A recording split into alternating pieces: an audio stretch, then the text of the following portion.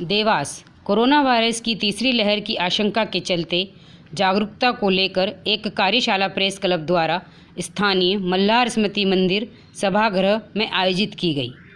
कार्यशाला में Dewas collector Chandramouli Shukla, CMHO doctor MP Sharma, BJP जिला अध्यक्ष राजीव खंडेलवाल, शहर कांग्रेस अध्यक्ष मनोज राजरानी, प्रेस क्लब अध्यक्ष अतुल बागलीकर, सचिन चेतन राठौर सहित प्रेस क्लब के सदस्य और पत्रकार समाज सेवी मौजूद रहे। तीसरी लहर को लेकर क्या कहा सभी ने, सुनिए। अभिनंदन करता हूँ। आज जिला देवास की तरफ से स्वास्थ्य सेवाओं के लिए जो विस्तार किया गया है उसके बारे में एक सूक्ष्म जानकारी आप लोगों को देना चाहता हूँ। जैसा कि अपनी पहली लहर आई थी तब हम लोग बहुत ज़्यादा आशंकित थे कि कहाँ जाएंगे, कैसे जाएंगे और हमारा कहाँ उपचार होगा। हमने उससे सबक सीखा और दूसरी से लहर में हमने अपनी स्वास्थ्य सेवाएँ बढ़ाई। शासन द्वारा जो है निर्देश दिए गए, गाइडलाइन दी गई, उसके हिसाब से हमने अपनी व्यवस्थाएं की हैं। वर्तमान में हमारे पास 7 ऑक्सीजन प्लांट हैं देवास जिले में। एक खातेगांव में है, 2 हमारे पास का जिला चिकित्सालय जो हमने कोविड सेंटर बनाया था वहाँ पर है।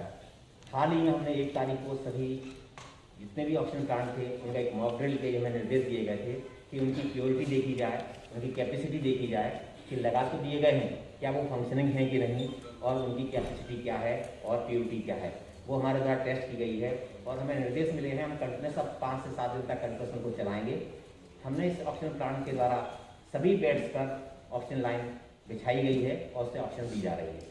वर्तमान में जिला चिकित्सालय हमारा 400 बिस्तरी अस्पताल था जिसमें हमने सभी बिस्तरों पर 360 बिस्तरों पर ऑक्सीजन लाइन डाल दी गई है और ऑक्सीजन की व्यवस्था कर ली गई है। हमारे पास 270 के लगभग ऑक्सीजन कंसंट्रेटर हैं जो हमने अपने पास जिला चिकित्सालय में एवं देवास जिले के अन्य सामने बात को लेकर कब हमें क्या करना चाहिए, क्योंकि हम देवासवासी नहीं अपितु पूरे देशवासी, पूरे विश्व के जितने भी लोग रहने वाले हैं अचंभित हैं इस नोटोरियस वायरस से। नोटोरियस इसलिए कह रहा हूँ मैं इस वायरस को कि वो कितने स्वरूप बदलेगा शायद किसी को पता नहीं है। हम सब कयास लगा सकते हैं क्या होगा, कैसे होगा। हम नॉन डॉक्टर भी डॉक्टर बन गए। एक दौर ऐसा आया कि जहाँ डॉक्टरों की आवश्यकता नहीं पड़ रही थी, जो एक बार कोविड पेशेंट बन के आ गया वही दवाई लिखने लग गया था कि ये ले लीजिए डोज, आप तो ठीक हो जाओगे। पहला दौर जब आया तो हम बहुत भयंकर थे। इस सदी में हमने शायद अपने सब जीवन में, चाहे हमसे बड़े बुजुर्ग भी हमारे घर रहते हैं, उन्होंने ऐसा मंजर नहीं देखा था जो पहले बार भी आया था। हम सब घबराए हुए थे। जैसे तैसे हम लोगों ने इच्छा शक्ति, शासन की इच्छा शक्ति, सभी लोगों के सहयोग से जैसे कंट्रोल पाया। और जब दूसरा मंजर आया तो शायद जो पहले व्यवस्थाएं थी उसकी आवश्यकता ही नहीं पड़ी। नया स्वरूप देखने को मिला कि ऑक्सीजन एंड रेमडेसिविर, इस 2 विषय ने पूरे भारत को बदनाम करके रख दिया, पूरे विश्व के अंदर, कि हमारे पास ना तो ऑक्सीजन का कहीं व्यवस्था थी और न रेमडेसिविर इंजेक्शन थे। डॉक्टर भी बेचारे मारे मारे फिर रहे थे कि 22 घंटे की ड्यूटी। मैंने देवास में देखा कि रात को 3 बजे भी वही लाइन लगी हुई है, 200 पेशेंट डॉक्टर देख रहा है। हम सब ने देखा कि डॉक्टर का एक जो रूप था वो देवता तुल्य हुआ। हम लोग मानते हैं कि समाज में कुछ शख्सियत ऐसी होती है जिन्हें हम भगवान के रूप में मानते हैं। दूसरी लहर आई और जो भयानक दृश्य हमने पूरे देश भर में देखा, और उस समय जिस प्रकार से सभी लोगों ने मिलकर समाज में एक संदेश देने का भी काम किया। भूमि सिर्फ कोई जमीन का टुकड़ा नहीं, वरन वो एक परिवार है। और जब ऐसा कोई संकट इस देश में और भारत भूमि पर आया है तो सभी ने मिलकर उसका सामना करने का प्रयास किया। निश्चित रूप से उस भयंकर बंजर में सभी समाज सेवी संगठनों द्वारा, सभी राजनीतिक संगठनों द्वारा जिस प्रकार से एक परिवार भाव में सेवा का संकल्प लेकर लोगों के बीच में अपनी भूमिका निभाने का काम किया, हमने दूसरी लहर में भी विजयी पाई। और निश्चित रूप से देवास जिले में भी जब इन सब बातों पर हम विचार करते हैं, बहुत अच्छी तरीके से जानते हैं और जल्द से जल्द सूचना का आदान प्रदान पर एक दूसरे की मदद करने का जैसी सुविधा उपलब्ध करा सकते तो उसमें करने का प्रयास हम सब ने मिलकर किया है।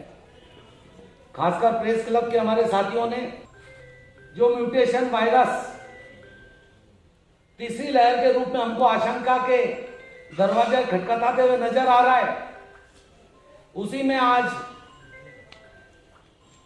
जो तैयारियां पूर्व में हमने विचार करने के लिए इस प्रकार की संगोष्ठी की, देवास जिले में हमने क्राइसिस मैनेजमेंट कमेटी के माध्यम से उसमें सारी चीजों पर बहुत गंभीरता से विचार करके, और आज मैं कहना चाहूंगा कि हमारे देश के यशस्वी प्रधानमंत्री और मुख्यमंत्री माननीय शिवराज सिंह जी चौहान द्वारा जिस प्रकार से पूर्व सारी तैयारी को लेकर एक संवेदनशीलता के साथ कैसे जन जागरण के माध्यम से उसको समाज के बीच में रखना और समाज को भी इस बात से जन जागृत करते हुए कि आने वाली ये तीसरी लहर जो अपनी बहुत तेज गति से, जो इसका वैज्ञानिक बता रहे हैं, जो चर्चा चल रही है, जो हमें हमारे डॉक्टर्स और एक्सपर्ट्स इस पे राय दे रहे हैं कि ओमिक्रॉन की जो तीव्रता है वो दूसरी वाली जो कोरोना वायरस था उससे 500 गुना तेज गति का यह वायरस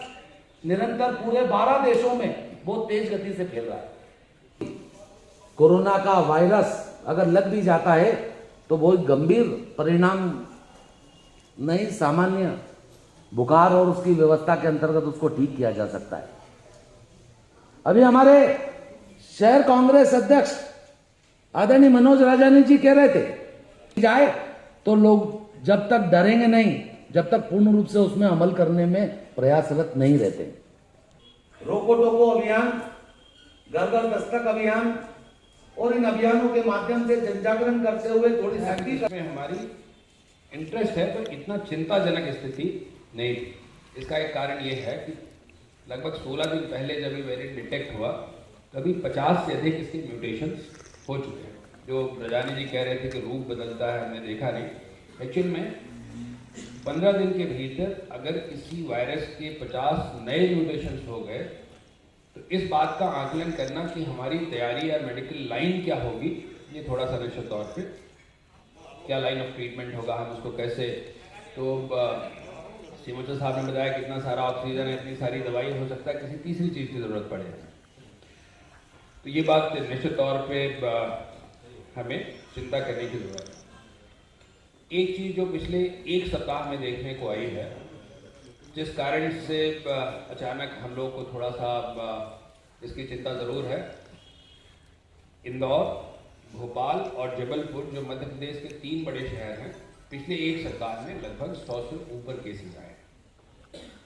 पहली वेव में और दूसरी वेव में भी यही ट्रेंड था कि पहले बड़े शहरों में केसेस आते हैं, उसके बाद थोड़ी सी उनकी संख्या बढ़ती है, धीरे धीरे उससे लगे हुए छोटे शहरों में आना स्टार्ट होता है, फिर छोटे शहरों से ग्रामीण क्षेत्रों में, और उस तरह से हम फैलते जाते हैं।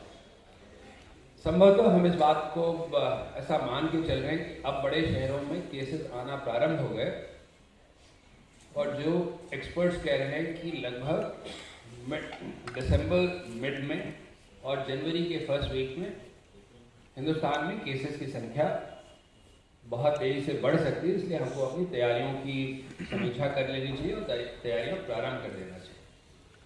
एक और चिंता का विषय ये है कि जो इंदौर में और भोपाल में केसेस निकले हैं वो किसी एक जगह नहीं निकले। एक जगह एक केस, दूसरे वार्ड में दूसरा केस, तीसरे वार्ड में, ऐसा नहीं कि एक जगह इन्फेक्शन हुआ है, पर बहुत सारे इन्फेक्टेड लोग जो ट्रेवल करके इधर उधर से आ रहे हैं वो अपने घरों में, मोहल्लों में पहुंच चुके हैं, और हो सकता है वो दूसरे लोगों को इन्फेक्ट करना प्रारंभ कर चुके हैं। ये तभी पता चल सकता है कितने लोग इन्फेक्ट हैं अगर हमारी टेस्ट, तो टेस्ट इसका सबसे बड़ा इम्पोर्टेंट क्राइटेरिया है। और आज की तारीख में सबसे बड़ी दिक्कत ये है, चाहे वो स्वास्थ्य अमले को हो चाहे हमें हो, लोग टेस्ट करा ही नहीं। मैं इस मंच से आप लोगों के सामने ये कह सकता हूँ कि रोज 1000 टेस्ट करने में हमारी जान निकल जाती है। कई लोगों को तो हम जबरदस्ती पकड़ के टेस्ट कर लेते हैं, उसके लक्षण होते हैं नहीं होते हैं, दो भी,